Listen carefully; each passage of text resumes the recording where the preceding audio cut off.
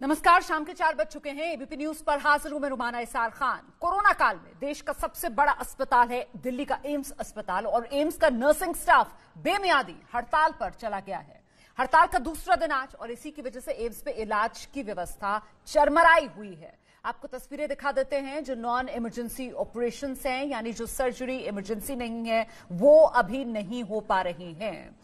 AIIMS के dialysis unit में मदद करने के लिए टेक्निकल और रिसर्च स्टाफ को लगा दिया गया है। इसके अलावा नर्सिंग और एमबीबीएस के छात्रों को भी काम पर लगाया गया है। अच्छा, हड़ताली नर्सिंग स्टाफ का यह कहना है कि उन्होंने 1 महीने पहले हड़ताल का नोटिस दे दिया था, लेकिन कहीं से कोई सुनवाई नहीं हुई उनकी मांगों की। इसी वजह से वो हड़ताल पर।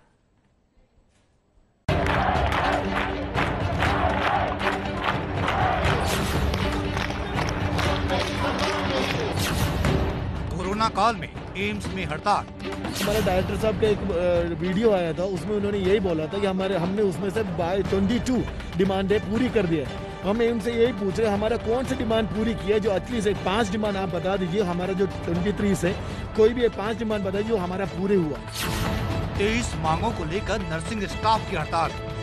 कोई बातचीत ही नहीं हुई उनके साथ, तो कैसे मान लेगी? बताइए कौन सी डिमांड मानी? कोई 2 डिमांड का नाम ले दो कि ये मान ली गई है।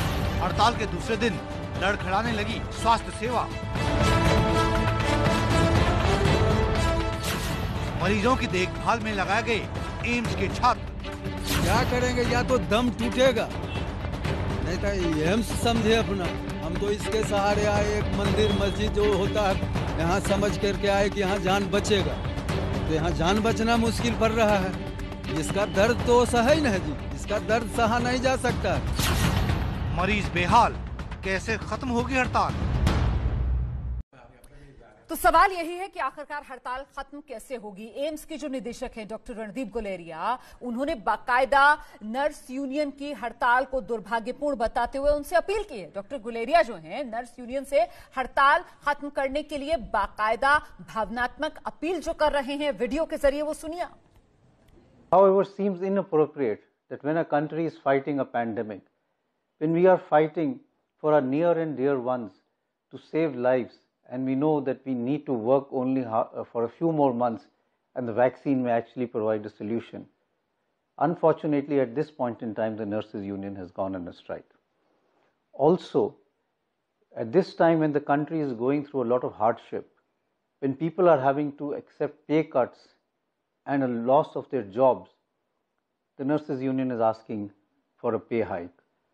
It seems very, very inappropriate that this is something that is being done by the nurses union of a very prestigious institute like the All India Institute of Medical Sciences. In this time of the pandemic and during the year of the nurse and midwife, I appeal to all the nurses, all the nursing officers, not to go on strike and not to make us feel embarrassed about the dignity that we have as far as the nurses are concerned.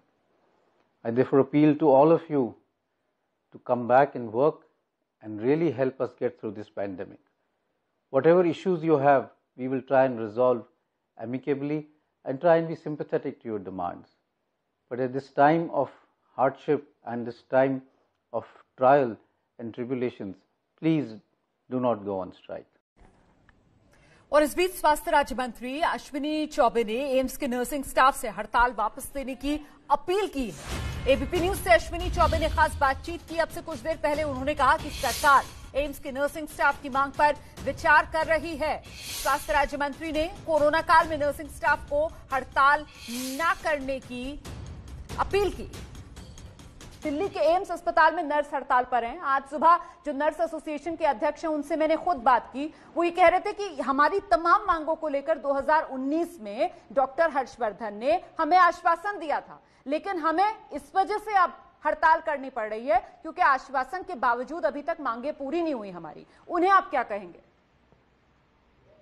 देखिए, हमारा आग्रह होगा, और जो भी nurses association से मैं आज दिल्ली से चलते हुए सुबह पटना दिल्ली एम्स के लोगों से भी बातचीत किया, वहाँ के पदाधिकारियों से, चिकित्सकों से भी मेरी बात हुई है, और मैंने आग्रह भी किया है कि आपके हर मांगों पर समय के अनुसार और निश्चित रूप से उसको पूरा किया जाने वाला है। इसमें कहीं दो मत नहीं। आप जानते हैं कि अभी कोरोना का पीरियड चल रहा है, सरकार इस पीरियड में कैसे जूझ रही है, और निश्चित रूप में उसका बहुत बड़ा सहयोग हमारे चिकित्सक, चिकित्सा कर्मी और नर्सों का, डॉक्टरों का बहुत बड़ा इस कोविड के कालखंड में आपने बहुत बड़ी कुर्बानी दिया है, इसमें कहीं दो मत नहीं। हम चाहेंगे कि आप मानवता को ख्याल रखते हुए फिलहाल इस हड़ताल को टालने का प्रयास करें, और हर प्रकार के विचार चल रहे हैं और आपके मांगों पर जो एम्स प्रशासन है वो जरूर उस पर अमल करेगी। तो हमारे खिलाफ एक्शन ले लिया जाएगा। वो स्वास्थ्य सचिव की उस चिट्ठी से भी बहुत आहत हैं सर। नहीं देखिए, आहत मैं अभी आग्रह करूंगा कि स्वाभाविक है शासन प्रशासन को तो वो काम करना है।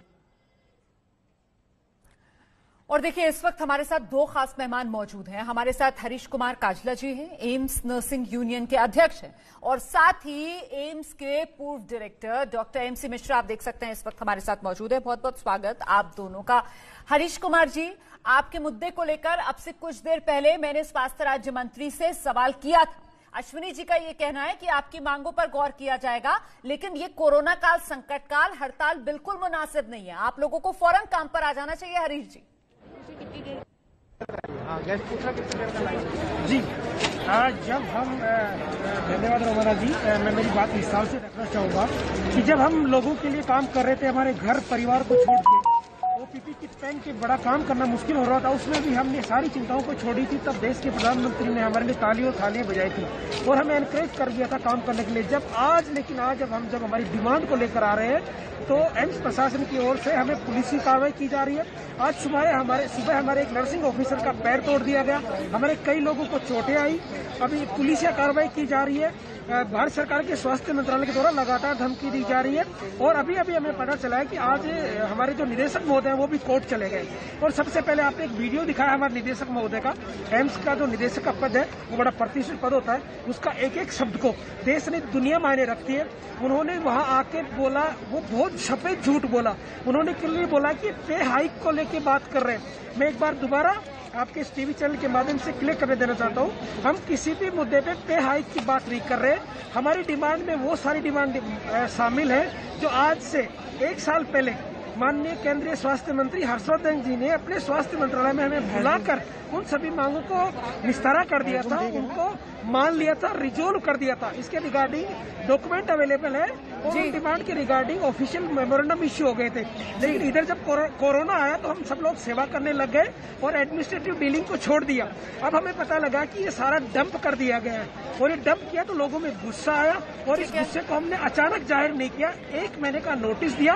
इस नोटिस पीरियड में हमें मीटिंग तक नहीं बुलाया गया। सेंट्रल लेबर कमिश्नर के इनिशिएटिव से उन्होंने मीटिंग बुलाया। और ये देखिए, हमसे भी है, डॉक्टर से ही नहीं, नर्सेज से भी है, यहाँ के सफाई कर्मचारी से भी है।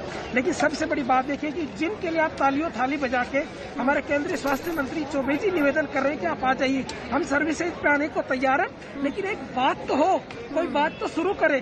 कल से ये लोग बात नहीं करना चाहते। आप जो बात कह रहे हैं मुझे लगता है डॉक्टर एमसी मिश्रा को आना चाहिए। डॉक्टर एमसी मिश्रा, अब सीधे स्वास्थ्य मंत्रालय की तरफ से मंत्री जी तो खुद आएंगे नहीं बात करने के लिए, अब ये तो एम्स प्रशासन को कम से कम पहल करनी चाहिए ना।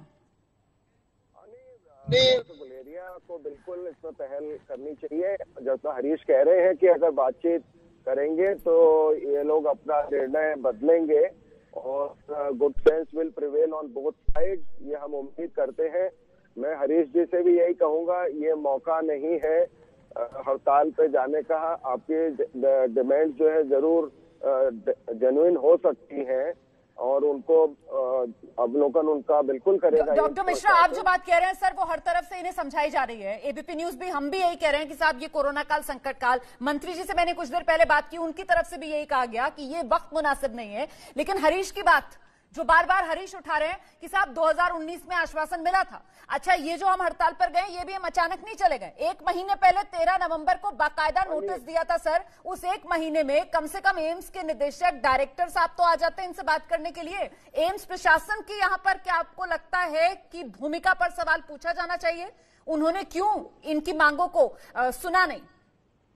नहीं, वो उनकी जवाबदेही तो बिल्कुल होगी, इसमें तो कोई शक नहीं है, क्योंकि जो एम्स प्रशासन और which is led by the director front, तो उनको इसके जिम्मेदारी से अब इन लोगों को बुला के, अब नहीं करी तो अब कर लें। हरीश तो कह रहे हैं हम अभी भी तैयार हैं बिल्कुल बात करने को, और ये अपनी हड़ताल वापस ले लेंगे। इन्होंने मैसेज दे दिया हड़ताल करके। मैं समझता हूँ मैसेज एम्स को भी चला गया है, स्वास्थ्य मंत्रालय को भी चला गया है, भारत सरकार को भी चला गया है कि नर्सेज कितनी जरूरी है हमारे हेल्थ केयर सिस्टम में।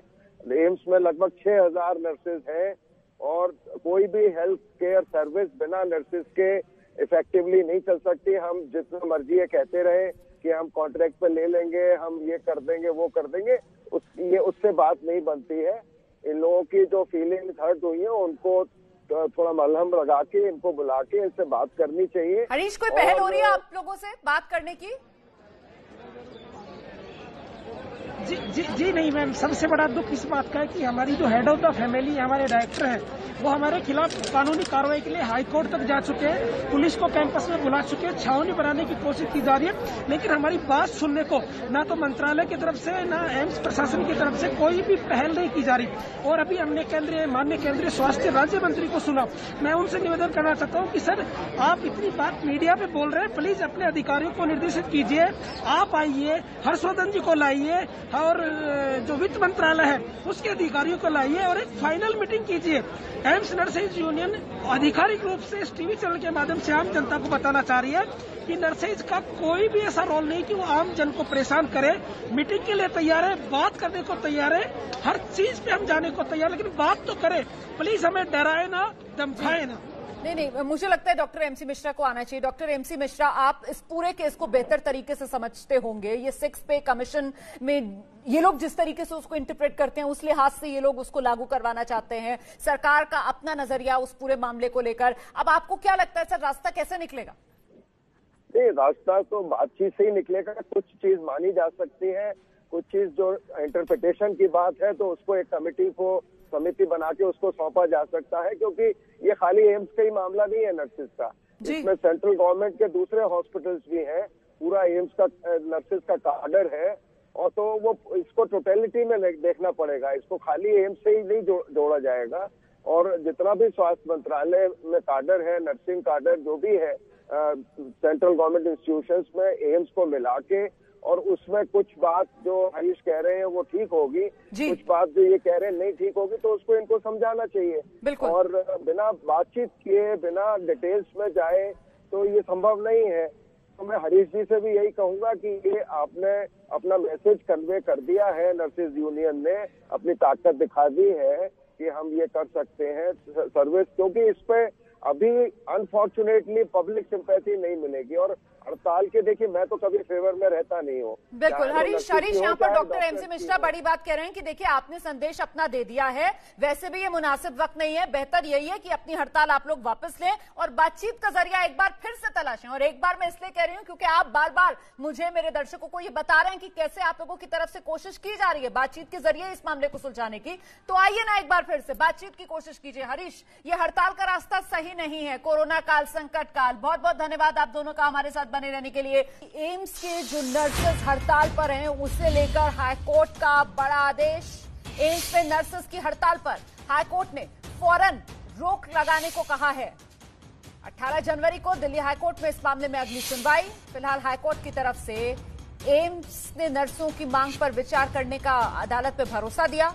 एम्स में नर्सों की हड़ताल पर हाईकोर्ट की तरफ से रोक लगा दी गई है। हम सीधे रुख करते हैं, मेरे साथ मेरे सहयोगी अंकित गुप्ता इस वक्त मौजूद हैं। अंकित, इसका मतलब ये हुआ कि अब सीधे नर्सेस को काम पर वापस आना होगा? ये निश्चित तौर पर काम पर वापस आना होगा। और हाईकोर्ट में भी जिस मामले पर जो सुनवाई हो रही थी, जो चिंता जताई गई है वो यही है कि देश में कोरोना महामारी का माहौल है, और ऐसे में अगर नर्सेज हड़ताल पे जाती हैं तो उससे ये इस महामारी का इलाज करवाने के लिए और उसके अलावा जो गंभीर बीमारियों का इलाज करवाने के लिए लोग एम्स पहुंचते हैं, उनको काफी परेशानी हो सकती है। और हालांकि एम्स की तरफ से जो याचिका दायर की गई थी उस पर हाईकोर्ट ने रोक तो लगाई है, उसके अलावा जो हड़ताली नर्सेज है उनको नोटिस की जारी का जवाब देने को कहा है। एक और महत्वपूर्ण चीज हुई है सुनवाई के दौरान कि एम्स ने कोर्ट को भी भरोसा दिलाया है कि जो हड़ताली नर्सेज हैं, इनकी बातों पर, इनकी मांगों पर भी विचार किया जाएगा, जिसके बाद में हाईकोर्ट ने हड़ताली नर्सेज की हड़ताल पर पूरी तरह से रोक लगा दी है। बहुत बहुत धन्यवाद अंकित गुप्ता इस तमाम जानकारी के लिए। अगली सुनवाई इस मामले में अब जनवरी में होगी। फिलहाल हाईकोर्ट ने एम्स में नर्सेस की जो 2 दिन से हड़ताल चल रही थी, इस पर फौरन रोक लगा दी। एम्स में नर्सेस की हड़ताल पर दिल्ली हाईकोर्ट ने रोक लगा दी है। अब से कुछ देर पहले दिल्ली हाईकोर्ट में इस मामले में सुनवाई हुई, जिसके बाद दिल्ली हाईकोर्ट ने एम्स नर्सों की हड़ताल पर रोक लगाई। नोटिस जारी किया गया हाईकोर्ट की तरफ से। इस मामले में 18 जनवरी को अब अगली सुनवाई होगी। नोटिस जारी करके जवाब नर्सों से भी मांगा गया है। एम्स की तरफ से हाईकोर्ट में भरोसा दिया गया कि वो नर्सों की मांगों पर विचार करेंगे और इसके बाद हाईकोर्ट की तरफ से नर्सों की हड़ताल पर रोक लगा दी गई है। मतलब बहुत साफ कि अब नर्सों को हड़ताल खत्म करनी होगी, अब नर्सों को काम पर लौटना होगा। पिछले 2 दिन से दिल्ली एम्स पे नर्स हड़ताल पर, जिसकी वजह से मरीज बेहाल थे, मरीजों को बेहद परेशानी उठानी पड़ रही थी और इसी के चलते एम्स प्रशासन की तरफ से कई फैसले लिए गए। जो रेजिडेंट डॉक्टर्स थे उनकी ड्यूटी लंबी कर दी गई। अच्छा, जो एमबीबीएस फाइनल ईयर के छात्र हैं और जो नर्सिंग के छात्र थे उनको ड्यूटी पर तैनात कर दिया गया एम्स अस्पताल में मरीजों की देखरेख के लिए। तो कुल मिलाकर अब दिल्ली हाईकोर्ट की तरफ से बड़ा आदेश, नर्सों की हड़ताल पर रोक दिल्ली हाईकोर्ट ने लगा दी है। मतलब नर्सों को अब अपनी हड़ताल खत्म करनी होगी और ड्यूटी पर लौटना होगा। सीधे रुख करते हैं, अंकित गुप्ता हमारे साथ मौजूद हैं। अंकित, कब तक वापस लौटना होगा नर्सों को हड़ताल पर? क्या फौरन? रोमाना, बिल्कुल फौरन लौटना होगा, क्योंकि हाईकोर्ट में जो याचिका लगाई गई थी एम्स की तरफ से, उसमें यही मांग की गई थी कि इन जो हड़ताली नर्सें हैं इनकी हड़ताल पर तुरंत रोक लगाई जाए, क्योंकि वहां पर मरीजों को दिक्कत हो रही है और वो भी कोरोना का माहौल। ऐसे हाईकोर्ट ने इस याचिका पर जो है तुरंत सुनवाई करते हुए जो हड़ताली नर्सें हैं उनकी हड़ताल पर तुरंत रोक लगाई है। हालांकि नर्सों से भी उनका पक्ष जानना चाहा है हाईकोर्ट ने, इसके लिए उनको नोटिस जारी किया है, लेकिन हाईकोर्ट ने जो आदेश दिया है वो फौरन लागू होता है। यानी कि अभी से जैसे हाईकोर्ट का आदेश आया उसी के बाद से ही इन हड़ताली नर्सों की हड़ताल पर रोक लग गई है। और ऐसे में ये पूरा मामला हाईकोर्ट क्या एम्स प्रशासन लेकर गया था? किस तरीके की दलीलें एम्स प्रशासन की तरफ से दी गई, ये भी बताइए कि जो नर्सेज मांग कर रहे हैं उस मांगों को लेकर भी क्या एम्स प्रशासन की तरफ से हाईकोर्ट के सामने कोई आश्वासन रखा गया? तो बिल्कुल रोमाना, ये मामला जो है एम्स प्रशासन की तरफ से ही हाईकोर्ट में लाया गया था। एम्स प्रशासन की तरफ से एक याचिका दायर की गई जिसमें जिस तरह से ये नर्सिंग स्टाफ इस वक्त हड़ताल पर है उसको लेकर के जो है मामला जो कोर्ट से मांग की गई थी कि जिस तरीके से इन्होंने हड़ताल की हुई है उससे मरीजों की जो दिक्कतों का हवाला दिया गया था। उसके अलावा ये एसेंशियल एक तरीके से जो एक्ट है उसके तहत आता है और ये लोग इस तरह से हड़ताल नहीं कर सकते, क्योंकि इससे पहले भी जब एम्स के कर्मचारियों ने हड़ताल की थी उस दौरान भी हाईकोर्ट ने आदेश दिए थे, उनकी हड़ताल को असंवैधानिक भी करार दिया था उस दौरान। तो हाईकोर्ट में उन सारे तथ्यों को रखा गया, जिसके बाद में एम्स प्रशासन ने कोर्ट को यह भी भरोसा दिलाया है कि ये जो हड़ताली नर्सें हैं इनकी मांगों पर विचार किया जाएगा। बहुत बहुत धन्यवाद अंकित गुप्ता इस तमाम जानकारी के लिए। दिल्ली हाईकोर्ट ने एम्स की नर्सों की हड़ताल पर रोक लगाई। कोरोना काल, संकट काल और इस कोरोना की चुनौती का हिंदुस्तान ने प्रधानमंत्री नरेंद्र मोदी के नेतृत्व में बखूबी सामना किया। अब अच्छी खबर कोरोना वैक्सीन को लेकर कि जल्दी ही कोरोना वैक्सीन आने वाली है और जब वैक्सीन आएगी तो फिर किस तरीके से हर नागरिक तक ये वैक्सीन पहुंचाई जाएगी, इसी का खाका जानने के लिए बेहद खास मेहमान इस वक्त एबीपी न्यूज पर हमारे साथ मौजूद है, स्वास्थ्य राज्य मंत्री अश्विनी चौबे जी। सर, बहुत बहुत स्वागत आपका एबीपी न्यूज में। बहुत धन्यवाद, नमस्कार। अश्विनी जी, मैं जानना चाहती हूं आपसे सर, क्या प्लान तैयार किया है जब वैक्सीन आए तो हर हिंदुस्तानी को वैक्सीन पहुंचाई जाए? देखिए, हमारे आदरणीय प्रधानमंत्री श्री नरेंद्र भाई मोदी जी के नेतृत्व में पूरे पिछले मार्च अप्रैल के बाद से ही उन्होंने सारे साइंटिस्ट और इस प्रकार के जो हमारे अन्वेषणकर्ता अनुसंधानकर्ता हैं उनकी बैठकें करके उन्होंने उन्हें प्रोत्साहित किया और देश भर में ऐसे दर्जनों वैक्सीन बनाने वाले लोग तैयार हुए हैं। अभी मुख्य रूप से फाइजर और सीरम और बायोटेक ने जो इमरजेंसी टीकाकरण के लिए सरकार से अनुमति मांगी है, जिस पर सरकार के स्तर पर गंभीरता से विचार कर रहे हैं। जहां तक हर सेशन में 100 लोगों को वैक्सीन लगाई जाएगी। वो बूथ जिस प्रकार से इलेक्शन के अंदर बूथे होते हैं उसी प्रकार की ये तैयारी चुनाव आयोग से भी बात करके और लोग इसकी व्यवस्था में लगे हुए हैं। 100 लोगों को प्रतिदिन वैक्सीन लगाई जाएगी और राज्यों और यूटी खुद तय करेंगे तारीख और दिन, उनको ही तय करना है। जहाँ तक देश में वैक्सीनेशन को लेकर तैयारियां काफ़ी तेज हो गई। आपने देखा कि प्रधानमंत्री श्री नरेंद्र भाई मोदी जी ने स्वयं वैक्सीन की यात्रा करके और सबको उत्साहित करने का काम किया, पूरे देशवासियों को एक विश्वास दिलाया है। शुरुआत में वैक्सीनेशन के हर रोज सेशन में 100 लोगों का, जैसा मैंने कहा, वैक्सीन लगाई जाएगी। वैक्सीन की उपलब्धता और इंतजाम बेहतर हुए और उसके लिए काफ़ी राज्यों के साथ बातचीत करके और सारी तैयारियां कर ली गई है और राज्य सरकार अपना अपना रिपोर्ट केंद्र सरकार को भेज रही है। तो सर प्राथमिकता में सबसे पहले क्या हेल्थ वर्कर्स रहने वाले हैं? 200 की संख्या बढ़ाई जा सकती है।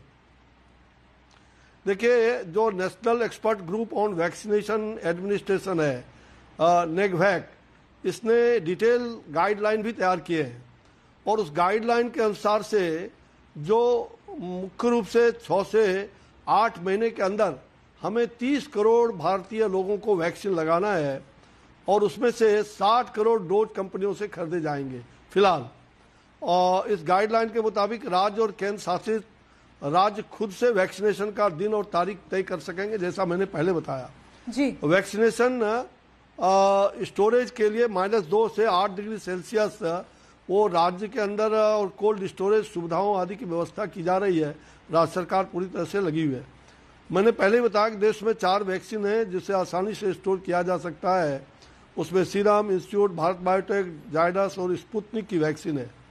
और गाइडलाइन में देश के सभी जरूरत लोगों को जिन पर संक्रमण का ज्यादा खतरा है, ऐसे लोगों को वैक्सीन लगाने की सिफारिश की गई है। और देश में लगभग 1 करोड़ हेल्थ वर्कर्स हैं और 2 करोड़ से भी ज्यादा हमारे फ्रंट लाइन वर्कर्स को इनको प्राथमिकता दी जाएगी। और इसमें doctors, nurse, police, home guards, arm force, civil defence, नगर निगम, डिजास्टर मैनेजमेंट के आदि कर्मचारी वगैरह पदाधिकारी हैं। उम्र के हिसाब से भी वैक्सीनेशन की प्राथमिकता दी जाने की बात है। इसमें 50 साल से ऊपर के और 50 साल से नीचे के 2 ग्रुप बनाए गए हैं। हर एक सेशन में 100 लोगों को वैक्सीन लगाई जाएगी। इसमें ज़्यादा संख्या हेल्थ केयर और फ्रंटलाइन वर्कर्स की होगी। हालांकि हाई रिस्क वाले जो भी ऐसे लोग हैं उसमें भी शामिल होंगे। और हेल्थ केयर आप और फ्रंटलाइन वर्कर्स को एक जगह पर ही वैक्सीन लगाई जाएगी। कोई ऐप वगैरह जिसके जरिए ये सब कुछ स्ट्रीमलाइन किया जाएगा? हाँ, देखिए, इसमें हाई रिस्क वाले नागरिकों के लिए अलग अलग साइट्स और मोबाइल साइट्स भी तैयार किए जा रहे हैं। अच्छा। और राज्य सरकार ने अपनी सुविधा के अनुसार स्कूल, कम्युनिटी हॉल, टेंट में वैक्सीन सेंटर बना सकते हैं। और उसके लिए जो ऐप की बात आपने कहा, तो निश्चित रूप से उसमें मुख्य रूप से हम लोगों ने नेशनल लेवल पर नेशनल एक्सपर्ट ग्रुप मॉनिटरिंग के माध्यम से ये हम लोगों ने तय किया है कि जो सभी राज्यों में इस प्रकार के जो ऐप की बात आप कह रहे हैं उसको कोविन डिजिटल प्लेटफॉर्म तैयार किया गया है और उसके अंदर जो वैक्सीनेशन प्रक्रिया की पूरी जानकारी, रजिस्ट्रेशन और वैक्सीनेशन के डेट आदि की जानकारी दी जाएगी। और सभी राज्य और केंद्र शासित राज्य की तरफ से लोगों को पहले वैक्सीन दी जाना चाहिए। उनका डेटा कोविन पोर्टल भी अपलोड किया जा रहा है जी। तो ये हो रहा है। ठीक है सर। एक बड़ा महत्वपूर्ण सवाल ये भी है सर कि देश में कुछ राज्य ऐसे जहां पर कोरोना ज्यादा फैल रहा है, कुछ राज्य ऐसे जहां पर कोरोना के संक्रमण की रफ्तार बहुत धीमी है। ऐसे में क्या चिन्हित किया जाएगा कि कुछ स्पेसिफिक स्टेट्स जहां पर ज्यादा फोकस किया जाएगा? ऐसा है, जहां पर ज्यादा बीमारी फैल रहा है, स्वाभाविक है, वहां पर वैक्सीनेशन के दृष्टिकोण से योजनाबद्ध तरीके से उसको मैंने पहले ही कहा, जो गाइडलाइन बनाई है वो national expert group on vaccine administration के माध्यम से समय समय पर उसमें नियम और जो परिनियम होगा वो बताया जाएगा। लेकिन जहां ज्यादा कोरोना के मरीज हैं, स्वाभाविक रूप से उनको भी प्राथमिकता पूर्वक ध्यान देने की आवश्यकता अगर होगी तो किया जाएगा। ठीक है। और सर, जब प्लानिंग कर रहे थे आप लोग, तो प्लानिंग के स्तर पर क्या लगा कि ये चैलेंज हो सकता है, ये चुनौती है, इस तरीके की कोई दिक्कत जो आप शेयर करना चाहें दर्शकों के साथ? नहीं, देखिए, चैलेंज तो है। जैसे वैक्सीन का डोज देने के बाद जो डॉक्टर्स और अन्य विशेषज्ञ हर कैंडिडेट को 30 मिनट तक निगरानी में रखेंगे। कभी कभी थोड़ा बहुत साइड रिएक्शन कभी कभी होता है किसी किसी केस में, तो उसको फिर 5 सदस्यों का टीम उसका जो करेगी वैक्सीनेशन, उसमें वैक्सीनेशन की टीम में 5 सदस्य होंगे। इसमें मुख्य रूप से एक कोई मेन ऑफिसर होगा, जबकि 4 अन्य उनके सहयोगी होंगे। वैक्सीनेशन का मेन ऑफिसर डॉक्टर, नर्स या फार्मासिस्ट में से कोई एक हो सकता है, और दूसरा सदस्य सिक्योरिटी का काम देखेगा। वह रजिस्ट्रेशन और एंट्री वगैरह का काम मुख्य रूप से देखेगा। मुझे लग रहा है कि ऐसे जो वैक्सीनेशन जो नेशनल लेवल पर national expert group, monitoring group जो बनी है, वो इसकी निगरानी बराबर करती रहेगी। राज्य में इसके लिए 2 कमेटी बनाई गई है। ठीक है। एक तो पहले स्टेट स्टीयरिंग कमेटी बनाई गई है, जिसके चीफ सेक्रेटरी उसके अध्यक्ष होंगे, और साथ ही दूसरी टास्क फोर्स है। ये टीम लॉजिस्टिक और ह्यूमन रिसोर्स के मैनेजमेंट को देखेगी, और इसके चेयरमैन भी स्टेट के प्रिंसिपल सेक्रेटरी ही होंगे, हेल्थ होंगे, प्रिंसिपल सेक्रेटरी हेल्थ। मुख्य रूप से सभी राज्यों में स्टेट कंट्रोल रूम की स्थापना होगी, जो 24 घंटा काम करेगी। और मुझे यह भी कहते हुए अच्छा लग रहा है कि जिला स्तर पर भी टास्क फोर्स वगैरह का गठन हुआ है। दिल्ली, मुंबई, हैदराबाद, कलकत्ता, चंडीगढ़ जैसे शहरों के लिए अर्बन टास्क फोर्स का भी गठन हो चुका है। ठीक है सर, जो मैं समझ पा रही हूँ कि वैक्सीन वितरण में जो राज्य हैं जी, तो कुल मिलाकर मैं ये समझ पा रही हूँ कि भाई वैक्सीन वितरण के अंदर राज्य जो है उनकी अहम भूमिका रहने वाली है। ऐसे में राज्य ही फैसला लेंगे सर कि अपने प्रदेश के अंदर वो कितने ग्रामीण इलाकों में, कितने शहरी इलाकों में इस तरीके के वैक्सीन वितरण वाले सेंटर्स बनाएंगे? जी, राज्य सरकार अपने स्तर पर डेट भी तय करेंगे और सेंटर भी तय करेंगे। ठीक है। कितने सेंटर्स उनको चाहिए, क्या ये आवश्यकता के अनुसार वो अपना उसको रिवाइज भी कर सकते हैं, और उसके अनुसार से वो अपने चीज़ों के बारे में जानकारी भी भेज सकते हैं केंद्र सरकार को। तो वो जो मुख्य रूप से मैंने कहा ना कि जो national export vaccine administration group बना है, वो ही सारे गाइडलाइंस समय समय पर उसमें कुछ परिवर्तन भी होगा, राज्यों की सुविधा के हिसाब से राज्यों को भी सहूलियत हो, और राज्य सरकार जिला और प्रखंड स्तर पर इसकी पूरी वैक्सीनेशन की तैयारी कर रही है। प्रखंड स्तर पर मैंने जैसा बताया कि वहाँ के जो एसडीएम हैं, वहाँ के जो ब्लॉक डेवलपमेंट ऑफिसर हैं, ये सारे लोग निगरानी करेंगे। तो डिस्ट्रिक्ट लेवल पर और ब्लॉक लेवल पर पूरी तरह से, और इसकी तैयारी की हर राज्य सरकार पूरी व्यवस्था कर रही है। और मुझे विश्वास है कि यह जो सिस्टम बना है, जिसको नीति आयोग भी, स्वास्थ्य मंत्रालय भी और स्वयं प्रधानमंत्री जी सूक्ष्मतम जानकारी स्वयं प्राप्त कर रहे हैं, ये सबसे बड़ी बात है कि आदरणीय प्रधानमंत्री नरेंद्र भाई मोदी जी का जो मिशन है कि कोई भी जरूरतमंद ऐसा कोई व्यक्ति देश में ना छूटे, और हम फेज वाइज हर लोगों को वैक्सीन देने की स्थिति में रहेंगे।